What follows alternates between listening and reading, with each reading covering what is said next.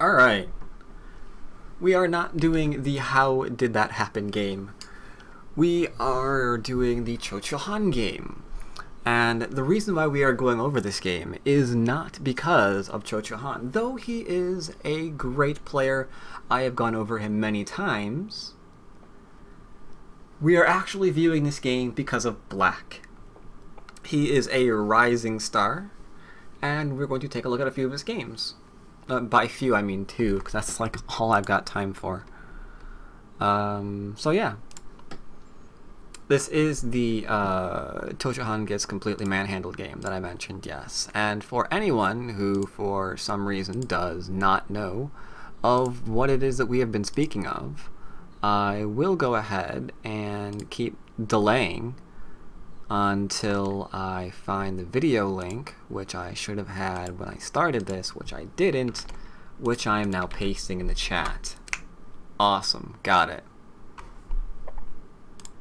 Part of my pick series, I'm picking essentially 3 games a week that you might have missed, making a video to highlight them, giving you links to their download. This is one of the ones that I picked.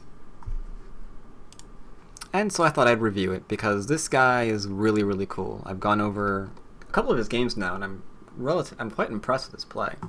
And I think after this game, you will be as well.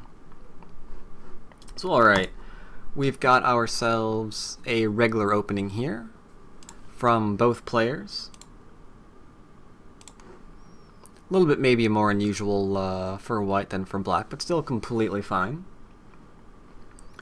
Black has himself the choices that we usually have. We can enclose, we can mini, micro, not the top one, there we go. We can do a mini, micro, Chinese variation here, depending on what we want to do.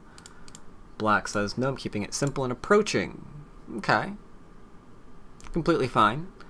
We could change directions here, that's completely fine as well. White says he is going to pincer and apply pressure to this group. Alright. Lots of ways to handle this. We could, if we really, really wanted to, we could still enclose and then seek to get influence with our D15 stone. That is something that we can do. A lot of fun. Might do that this week in my Roboduck or Taigam games. We could play this, losing out locally for the same idea, getting influence, making enclosures, having lots of fun. But black attaches. Alright, fairly straightforward too. But from here, we actually see a variation that we have not seen in a very long time.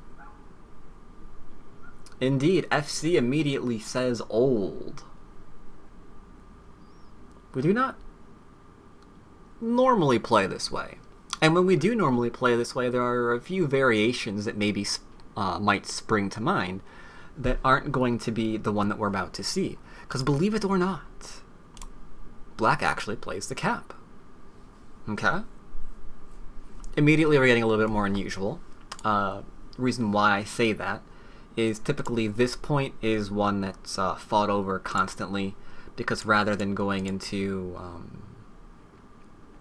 this variation, which nobody likes because everyone's getting all clumped up and disgusting, we usually fight over that stone, which makes the game a little bit more interesting, because then we've got things like, well, is this ladder really going, or is this Atari really going to go anywhere? Of course it's not, but the fact that it's not does make things interesting in and of itself.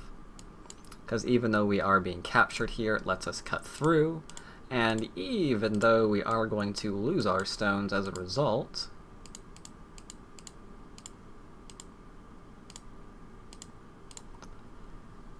everyone gets a little something. Black gets a little bit more influence, white gets a little bit more territory, and, you know, we can resume games from here. Has been played a little bit in the past. But this one I haven't seen in forever. So that was already interesting to me, because this plays out this way, where black typically gets quite a lot of influence here. As you can see, right? We're developing a wall. And usually we're still going to go back and play E18, which I almost clicked on, but I'm not going to. And instead he defends, instead of going for this super influential decision where we're getting a wall, white's getting a lot of territory, and now we just have to use this wall for something. He decides to simply make shape. Okay. So he's showing some interesting decisions, not, you know, the run-of-the-mill, I'm just going to play Joseki here because, you know, I've memorized a lot of Joseki. He's, yeah, as FC has said, he's playing really calm. He fixes his shape. He even continues it by applying pressure and getting more influence. Okay. A very confident move, because we're kind of giving territory all over the place, right? We're giving territory away over here.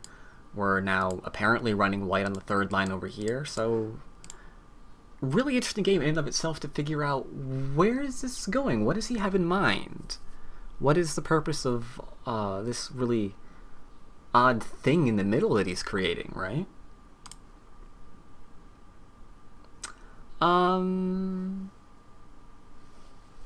I'd say he's a bit of an aggressive player. We're going to see another game after this that might help answer your question. But alright. He extends, and white isn't going to simply say, alright, you can develop as you will, I'm going to make sure that you can't just, oh, frack. Killed it at 20, oh yeah. Alright.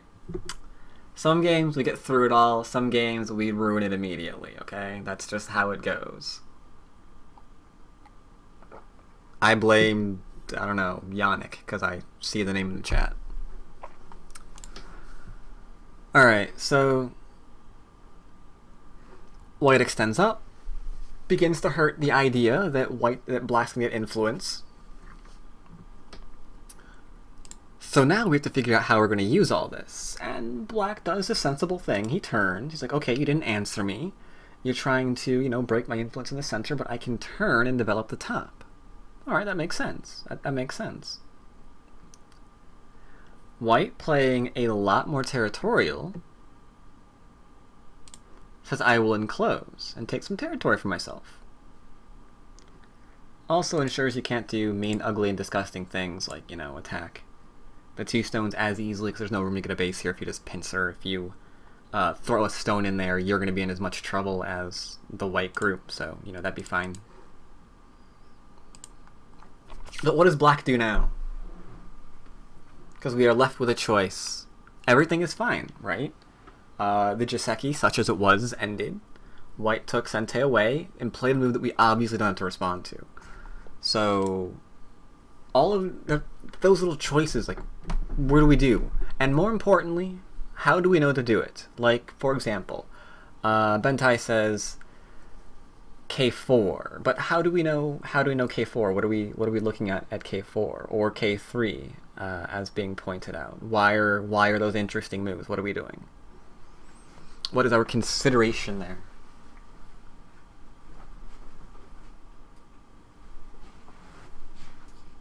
Ideal extension for both sides. It's a bit more ideal for white than it is for black, but yeah, I'll agree with that.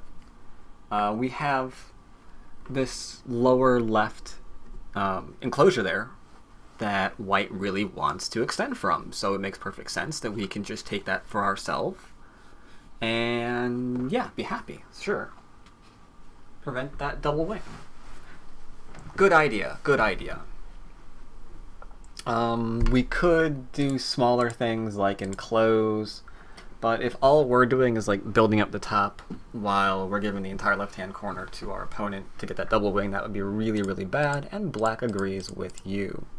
So, he plays K3. We had some other suggestions though. P6T, oh, yeah, the enclosure. Yeah, a little bit too passive. I think the extension is a lot larger than the enclosure. That feels over-concentrated. Like we just have entirely too many stones. The reason why all of this was built was just to kind of like develop this area.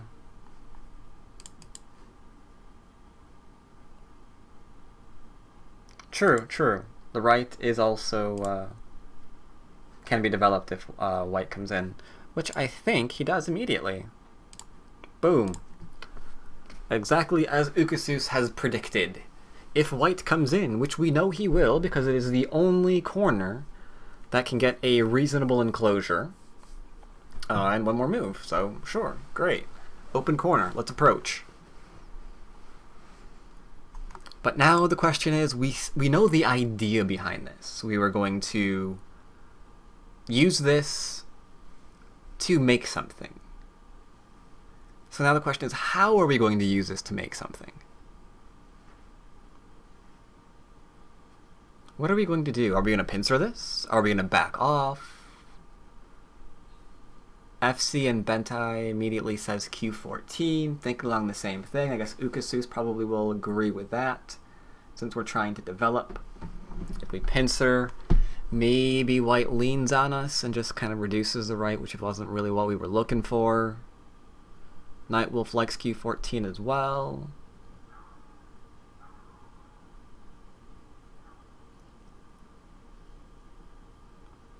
So maybe P4. Okay, interesting idea, Ukusus. He's like, I'm gonna just let you settle and I'm getting a wall directly. But white, of all of the moves that he thought was probably going to be played, I wonder if he expected R14 from black.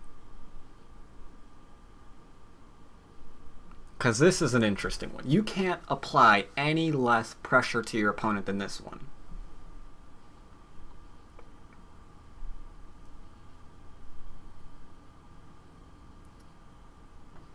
Yeah, but again, it's a nice, calm response. Like, I have no interest in playing the pincer here and over-concentrating myself on the top and maybe letting you, you know, lean on me and live on the right-hand side, getting a nice group there. I'm just gonna go here. I could go to the fourth line. Lots of variations available there, though. We can attach all over the place and get nice, you know, where I'm looking for nice shape. This is probably not going to be very difficult.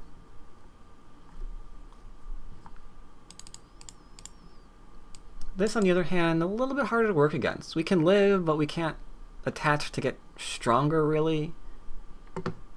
Hard to see what's going to happen here. And even white decides to poke at this. Probably thinking, you know, if I do this, well, what happens if he just turns or plays a variation like this where he's just going to surround me?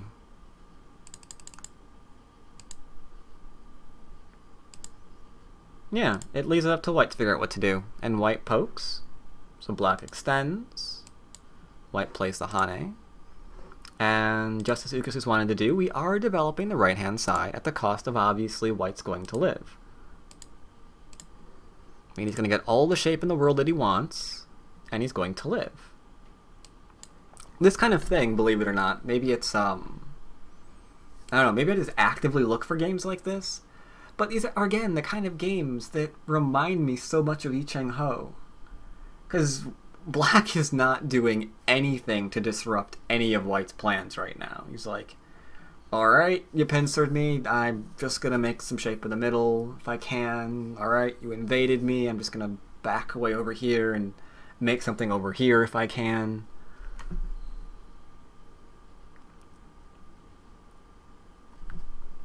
Definitely reminds me of old Yi Cheng-ho. Alright, so white connects. Yeah, I'm gonna try and do this some more in my games, and I'm worried about the exact same thing, man. I'm worried about just coming up with zip. It's like, alright, I'm gonna back away, and I'm gonna back away, and I'm gonna find myself into a little ball in the corner crying, you know, softly to myself, as I have no territory, and my opponent has the entire board. But we're gonna give it a shot. How old is black? That's a very good question that I'm probably gonna have to get back to you on, because I have absolutely no idea. And you can hear me actually typing, looking for the answer. It's like, I don't know, I didn't look at that when I came on to the game. Sorry, no idea. I'll have to look up it later. But he's really young, yeah. I do know that much. He's a very young player. Alright, so white connects. And again, black's just like, alright, gonna just take something for myself. And even this looks so weird. These moves he's coming up with don't look normal, just to my eye. Because I wouldn't have thought to just like make an enclosure here. Because this is like really, really low, so immediately I'm thinking, well, I can try and do that, but you know, there's the shoulder hit there. Maybe black would play high, as FC is mentioning, if he wants to build up something. But yeah, he's just playing really, really solid. So white says, I'm gonna reduce.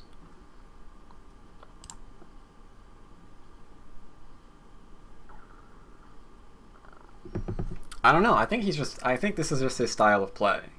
And I'm going to show you a game after this that's going to make this game look more interesting in that respect. But I don't want to reveal too much about my second game. But alright. Black's turn again. We're not left with the idea that we have to do anything severe. Or respond to anything, rather. Because nothing's under attack, right? This is just a reduction move. My groups aren't being killed. I can do whatever I want. It's pretty much where we are right now. K5 now. That, yeah, could do that. I wouldn't be surprised at this point. Like, yeah, sure, K5, jump up and keep the, yeah, And 17. That's really strange. That kind of goes away from the whole solid thing into just, we're kind of putting pressure and getting a 3-space extension. Not really interested in that quite so much. P3, take the territory. Q11, where's Q11? A little bit submissive, Black actually shoulder hits.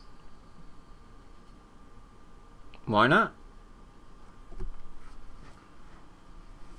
White is still trying to develop something here. It's the only low stone that we can actually lean against on the entire board, right? So we have options. We could do as suggested and play, you know, Gote here, can extend in Gote, maybe take something here for ourselves. But no, white's reducing black. So black's going to reduce white. And the cool thing about this is this one's actually using this as a consideration too, as we're about to see. Because white responds, doesn't want to get cut off, obviously. So black follows up, trying to play a little bit fast. White leaves no Aji to work against, so black goes away. As a response, white follows up, making it really, really hard to develop that right-hand side now. Black gets to defend. But because white responded to this defense, and because black is completely fine in that corner, he plays a very severe move, and he cuts the two groups apart. So far we've seen pretty solid play, and now we're seeing the basic understanding that counting to 2 is a really good thing to do in Go. It's like, I'm fine, and I can make my opponent into 2 groups, so why wouldn't I do that?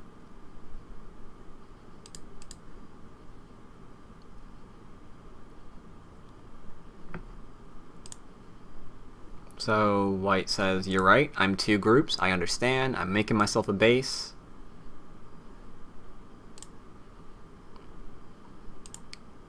Gonna put some pressure on white's group. Now this one has to worry. Was Q? What? No, R11. What's R11? R11. You could omit this, but if you omit it to fix your shape, then you're just kind of letting black fix himself, And at that point, we have to ask ourselves, why did you do that move in the first place? Shouldn't you have just defended if you weren't going to defend the stone when you were attacked?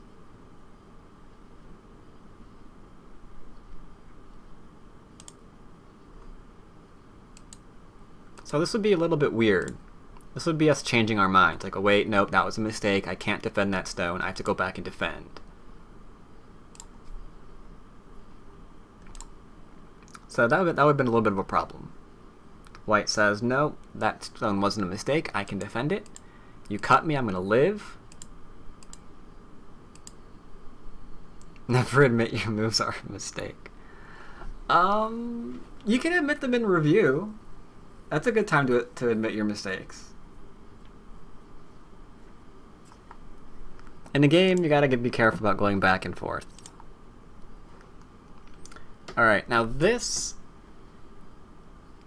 next move is the weirdest fracking thing ever.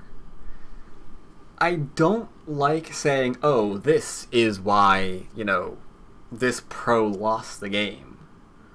But this might have some bearing on why this pro lost the game. Because we all know that counting to 2 is a great thing. We all know that if we get to split groups, that's great. But if you have 2 weak groups, and you decide, let's make a third, I don't know if that's going to turn out well. I wouldn't expect this to turn out well. This immediately falls into one of those games where I know as black should have some serious profit here. There's 3 things on the board, none of them are completely alive. This should net something. And in a review, if like I was black and I lost this game, I would be thinking to myself, alright, how didn't this attack turn into anything? I'd be focusing on this, probably first and foremost. So alright, it's now completely in black's neighborhood. Black has to decide how these groups can be attacked, how he's going to profit most from them, because if white gets away with living everywhere, then it's great for him. And there's a helicopter flying overhead, you can hear that. I live behind a hospital, sorry about that. But yeah, I mean, if this lives, then the territory is just like here and here, right? Not too much. And white has some pretty great follow-ups. So he's still okay for territory. It's alright.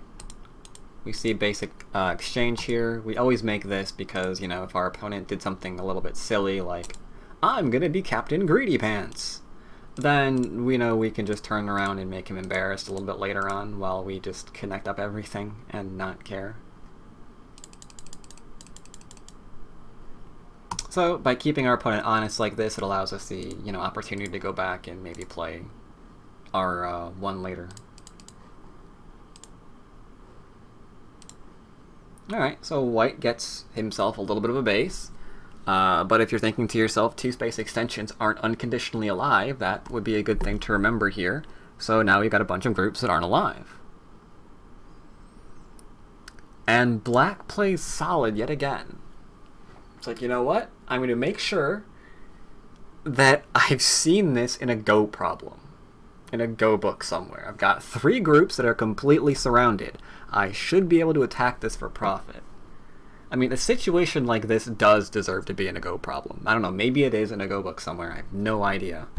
Because I don't read those very much. But if it's not, it really should be. Because this kind of situation comes up a lot. So alright, white says, I'm gonna not be surrounded. It's like, great.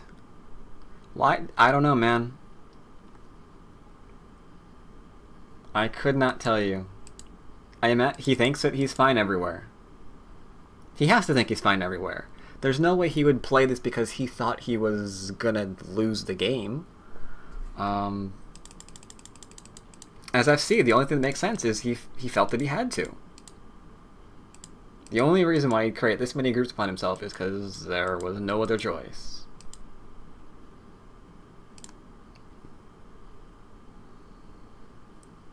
White didn't drink water before the game. Yeah. But if you just want to invade... What's Ukasusa's thought? Q3 instead of P2, much easier. Okay, let's look at Q... Oh, that's the under... yeah. Could do. And go into this.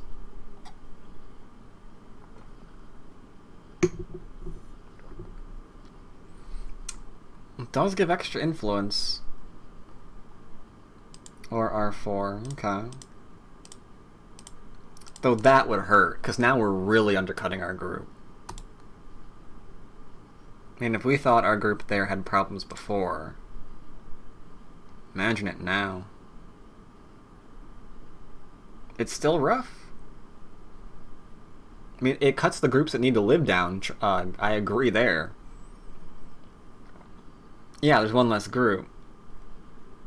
But we are hurting our other one, something fierce. I know, it's crazy. These, like, solid moves are just destroying.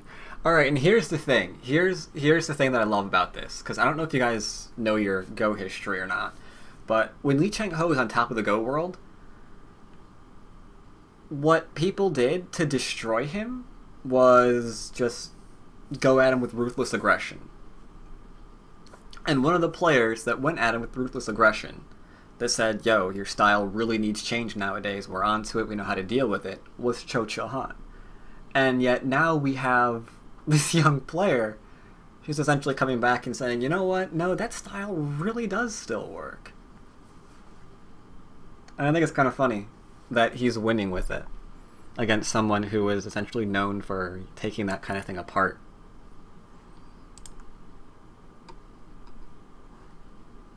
But alright, white plays there. Black keeps him low.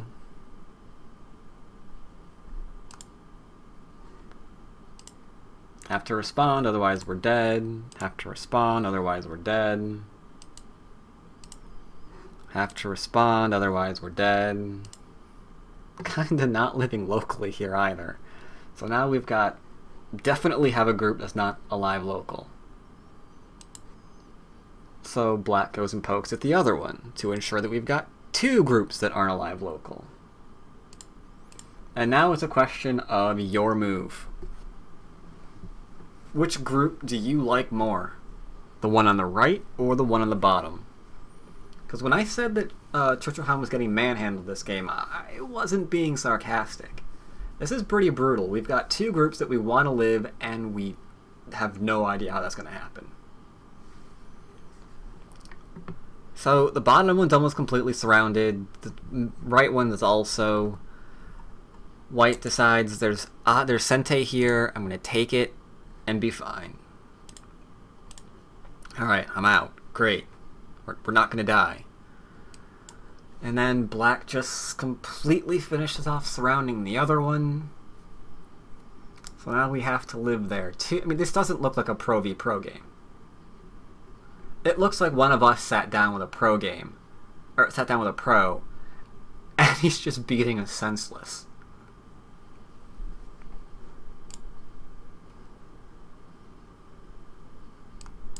So white's like, alright, I guess I'm going to live here. So black just goes back and pokes at vital points. White's just trying not to die everywhere.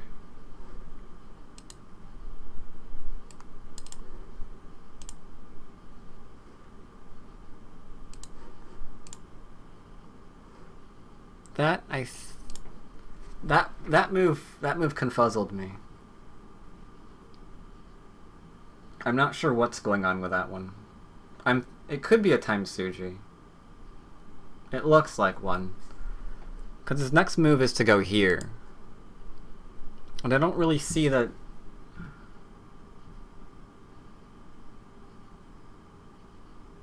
I don't really see what was defended there. Okay, maybe... Alright, maybe knows he's poking at this group, and he doesn't want things like, go away. He doesn't want things like this coming back to haunt him after they're making these sorts of exchange. I don't know.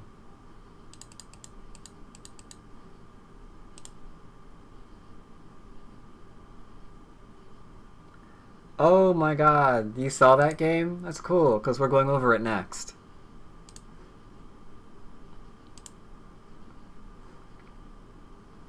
Alright, so where was I? Atari, right, okay. So, white pushes, no escaping.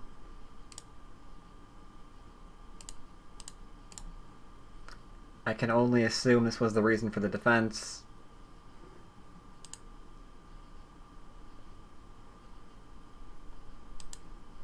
White takes and gets surrounded again, needing to live. Now we can see the Atari coming in useful, because we get to play this, and once again ask white how he's alive. Can't connect. Can't connect, I said. There we go. Not going to allow him to cut through. And has to go back and live. Okay, great. Now our shape is a bit of a problem here, so black even defends. White retakes ko, forcing black to back off, forcing black to back off, trying to put pressure on him. I did not do that. There we go. Oh wait, no, didn't do that either. Sorry, my bad. That was my variation of what I was looking at earlier. Yeah, the tree is completely destroyed, sorry. I was looking at variation before the game and I went down one of mine. It's like, well, what happens if he went here? I'm like, okay, then he gets Atari completely surrounded and then he probably loses the game. Great. What I almost showed you instead was the whole... this kind of deal where now white's actually kind of turning out to be pretty good shape if he gets the right to live. Because this left is kind of growing.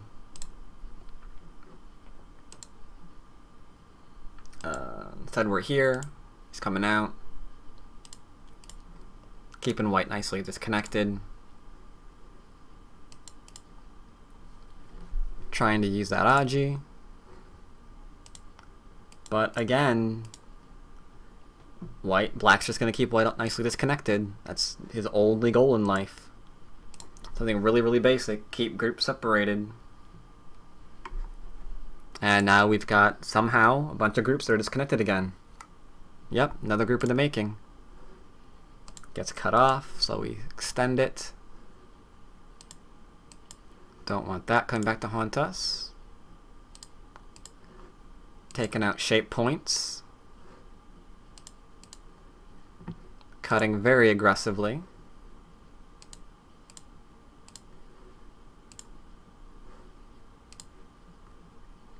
Letting white live because the right hand side is still extremely screwed.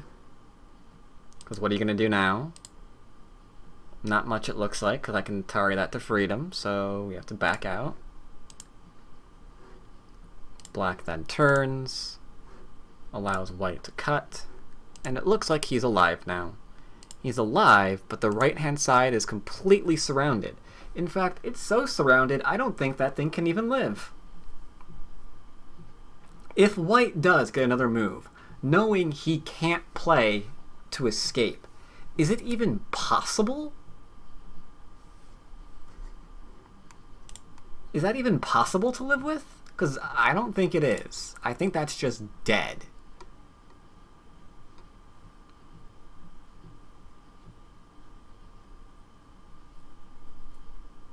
Though, Ukasus is a lot better at life and death than I am, because he actually does go problems regularly, so if it is possible to live, I'm sure he will let us know.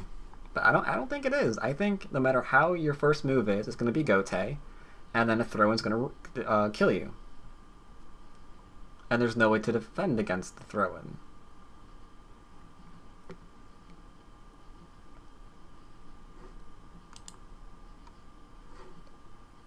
So black says, hey, look at this. I found another weak group to play with. And white's just like, okay, forget it. I don't care. I'm going to cut you off.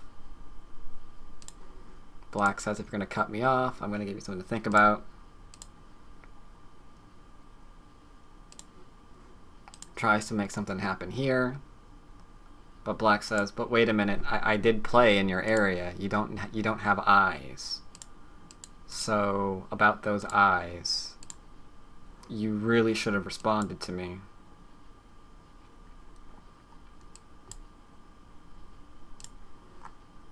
At which point, black wins by resignation. Because he is now dead in the center. And he might be dead on the right-hand side of the board, too. It is entirely possible that everything here can in fact still die. That's a game. That is a game. What about F5? I have no idea what F5 is.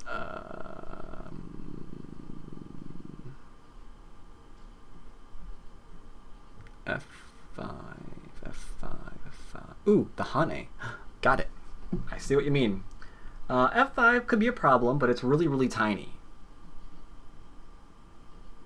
I mean, sure, you can cut that off.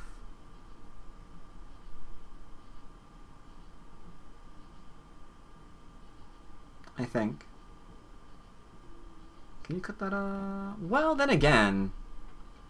Then again.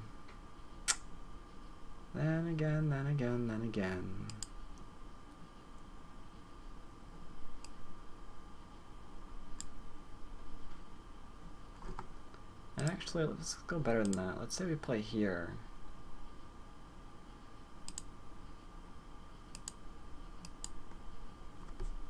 F5 is interesting, but does it really kill? Looks like it's alive.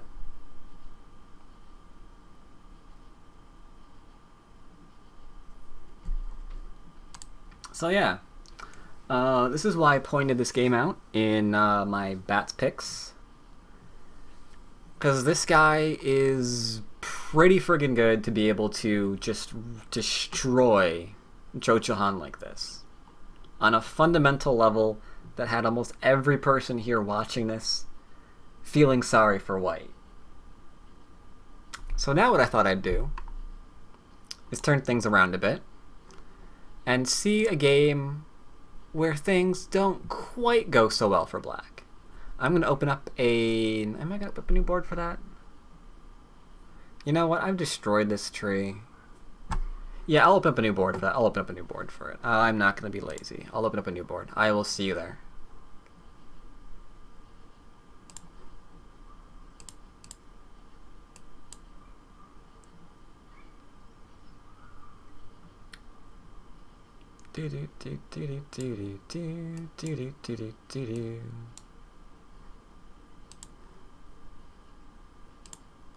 And we're back.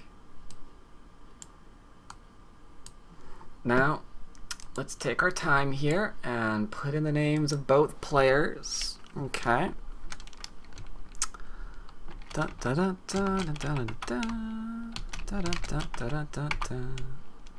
And once again, another 9-dan versus our happy insane 4-dan. And once again, everything opens up nice and normally.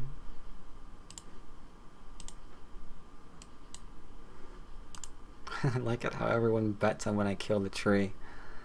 Alright, so again, normal openings. Black approaches low this time. A lot of options here available for white. I mean, you can really do whatever you want. It's really hard to find a move that just doesn't work here. Let's see, white picks a 2-space high pincer. Okay. Black calls no joy, changes directions.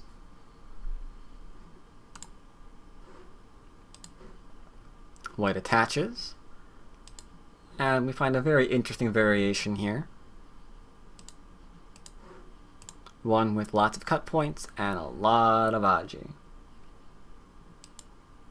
Black Hane, enabling the cut. White defends, so he doesn't get cut and killed. Yeah, I'm going to go over this a little bit quickly because this has a lot of variation. But white connects, black says I'm going to live in the corner. White says, well then I'm going to cut you. Black says that's fair enough, I'm just down here to live. Which he does in Sente, which means black has free move to continue, and he decides to keep pressure on white's group. Alright. So this game is being a little bit more aggressive. And white's going to protect against his cut point from, you know, coming back alive and haunting him. Allowing black to take Sente and play a large point. Alright, straightforward. And now it's white who is actually going to be calm and say, you know what? I could approach you, I could do either, you know, the cornerstones, or I could do splitting things and things of that nature. But I'm just going to take my enclosure. I'm just going to take my enclosure because I learned from your games and I realize how good it is to, you know, play calm. So black says, ooh, right, calm, good idea. I'll take an enclosure too. So white takes the extension from his enclosure. Not quite the double wing, but, you know, it's pretty powerful nonetheless. We've got an extension, we've got some kind of an enclosure, and we've got a little bit of thickness to go with it. So this is a pretty good setup. Pretty good setup for white.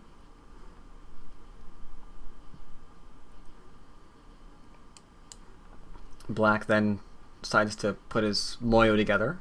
Bit of an unusual one too, because this is like a mini high Chinese variation kind of deal with an extension.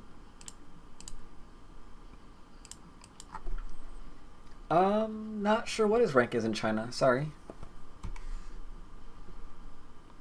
And now it is white's turn to approach. But yeah, he is a very strong player in China, that is true. And this is where things get really, really fun. Because we remember how nice and calm black played in the first game.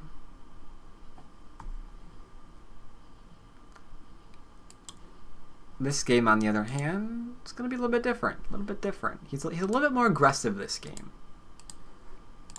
Putting a little bit of pressure on black, which we would imagine because this is a Chinese variation. One that we don't see very often, but it is a Chinese variation. Black follows up by putting even more pressure on his opponent.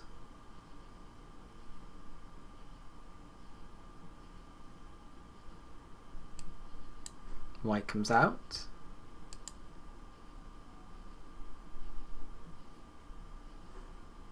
Black defends. And this is where everything goes nuts. I do mean everything.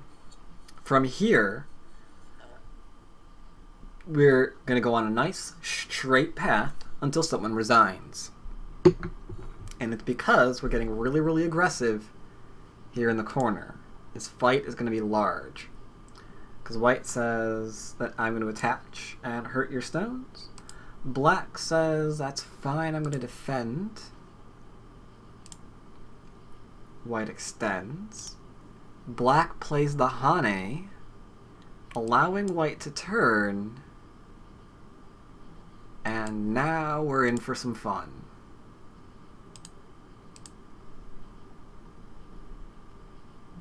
Because black's not alive in the corner yet. There's a cut point, so there's a bunch of weak stones around. Okay, okay. White turns, trying to activate the cut point. Black defends, threatening to capture. White plays the Hane, because he has to defend his stones in as severe manner as possible, because he's threatening to capture the corner. So black has to defend it. Doesn't want to die in the corner, but that lets white follow up. And now things are continuing to get really, really ugly. Black comes out. And so far, I will be honest, I'm still on Black's side. Because I kind of like this variation so far. It's like, alright, we're kind of living in the corner, but I can see pressure here. And I can imagine poking stones here. So if this middle group gets nice and strong, this looks like it's going to be pretty okay for Black. White comes out, threatening to surround. Black continues, and that's where your reading really has to help you. The fact that White jumped out at 012 rather than defend the top says he knows that he's fine there. Applies pressure. Threatens to cut through, can't have that. Tries to defend Incente. Threatens to kill the corner. Keeping them nicely separated. And then this. That is not a move that will make your liberties happy. Has to connect. Now we have a throw-in. Have to connect that too. White got nice and strong. Black still only has 4 liberties. Oh, thanks Robert T. for looking that up. So right away, I definitely like O13, and I like M14 as well. I don't think he's staying 75 for long. He's got amazing potential. I'm actually actively going back through and looking at all of his games. White has to defend himself, otherwise he's gonna get killed. Black comes out. And now here we have another great exchange. White is almost surrounded, right? And he's like, alright, I can't let myself be surrounded. I'm going to extend and threaten your top. And Black says, that's fine. I'm going to surround your stones on the right-hand side.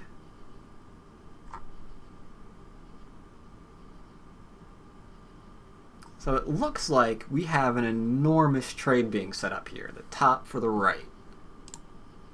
But White comes under, because he's not completely enclosed. Chachi said J17, defending the top. Nope. Everything that White has been, or Black's been doing so far is currently being aimed at these groups, not the top. It kind of feels like if we play J17 as Black now, yeah, we'll be nicely defended there, but we're also kind of playing away when House is, oh wait, no, you said that for White. Okay. Yeah, then you might actually die on the right. No reason to die, we're going to play here. Black says, I'm going to completely enclose you in the most aggressive manner possible. But Black finds that White is simply extending and creating cut points. And this is where everything goes wrong. Because this cut point is severe, not in and of itself, mind you, not in and of itself, but because of what it opens up. It opens up this cut point. So that whole counting to 2 thing is more than enough defense for White. Suddenly there are 2 groups in the center that Black needs to live with. Admittedly, there's a freaking lot of reading going on. Because White's not completely alive on the right-hand side. This has to end badly for someone. Black plays the Atari. White saves his stone, obviously, otherwise he's going to resign the game. Extends again, sure. Threatens to capture to save his stones. White turns rather to lean on the middle stones. Black captures, ensuring that his cutting stones are fine. Unfortunately, it means that these stones are now completely surrounded. And this is the exact fight that White wants. He played really, really strong on the left side of the board. He wants this kind of fight.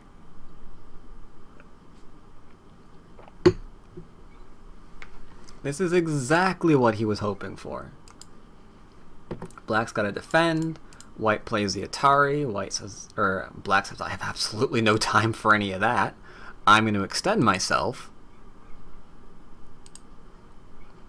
Which means White gets to take. Okay, that kinda hurts, but we can Atari it. That's fine. But that Atari isn't Sente, so White keeps the net. This is getting painful. However, they're small consideration. Feasibly, if we can get an eye for ourselves for just a lot of liberties or something, maybe we can go back and kill White. Maybe we can do that. Maybe we can do that. So Black says, yeah, all I gotta do is get them liberties, man. Get them liberties and you're not gonna be alive. Just gotta get those liberties gone. So he plays the small knight, as you do.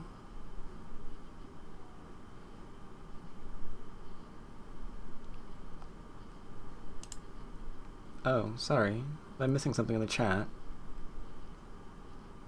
Oh, Chinese stats that are updated each week. Okay. White says, you know, rumor has it, you can cut through a small knight. And Black says, you know what, that is absolutely true, which is why I'm going to defend myself first. White responds, otherwise top dies. And Black gets to extend. Okay. Now, we're not going to get cut through everything, but White is going to still try and cut through, forcing Black to defend his shape. Okay. Black turns, at which point White says, I'm going to keep following you. Black keeps running. White keeps chasing.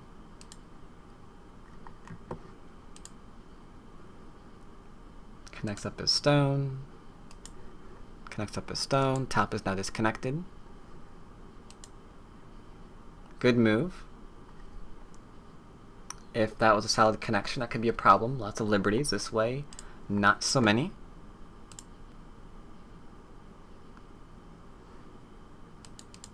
Reduce liberties.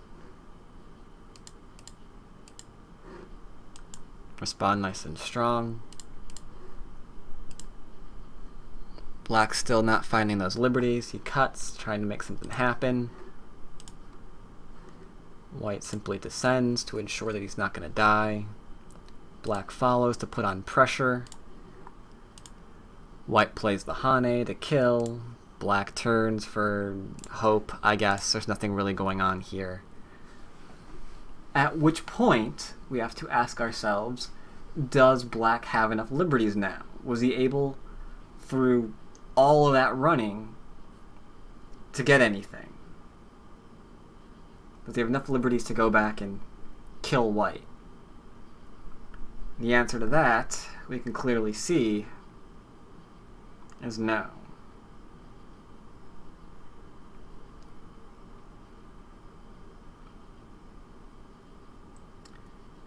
Cut at F9. What is F9, we're wondering? F9. Oh, there. You can cut at F9, but that's just going to reduce another one of Black's liberties, right? I mean, if we can cut here, and there's another one gone. So what are we doing from that?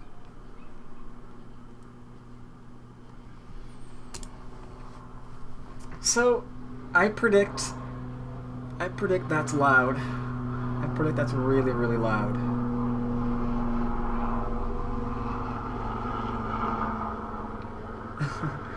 Sorry about that. Like I said, that's, I live behind a hospital. We get used to that because we hear it all day. But yeah, solid play. He was freaking immortal. This, not so much. And it's really cool seeing him go between these. He's trying to, it looks like he's trying to find his style. That nice little balance between being extremely solid and being extremely aggressive, right? So it's really going to be interesting to see what he how he winds up, solidifying himself. Because he can play amazingly good games, and he can also play games where he's killed across the entire board. So it looks like this guy is definitely going to be a fun one to study. If you guys ever check out games to see... no, Black didn't actually play it. So it's going to be very interesting to see how his game progresses. But if you guys study games, I definitely would check this guy out whenever he appears. I think they're probably always going to be entertaining in some fashion.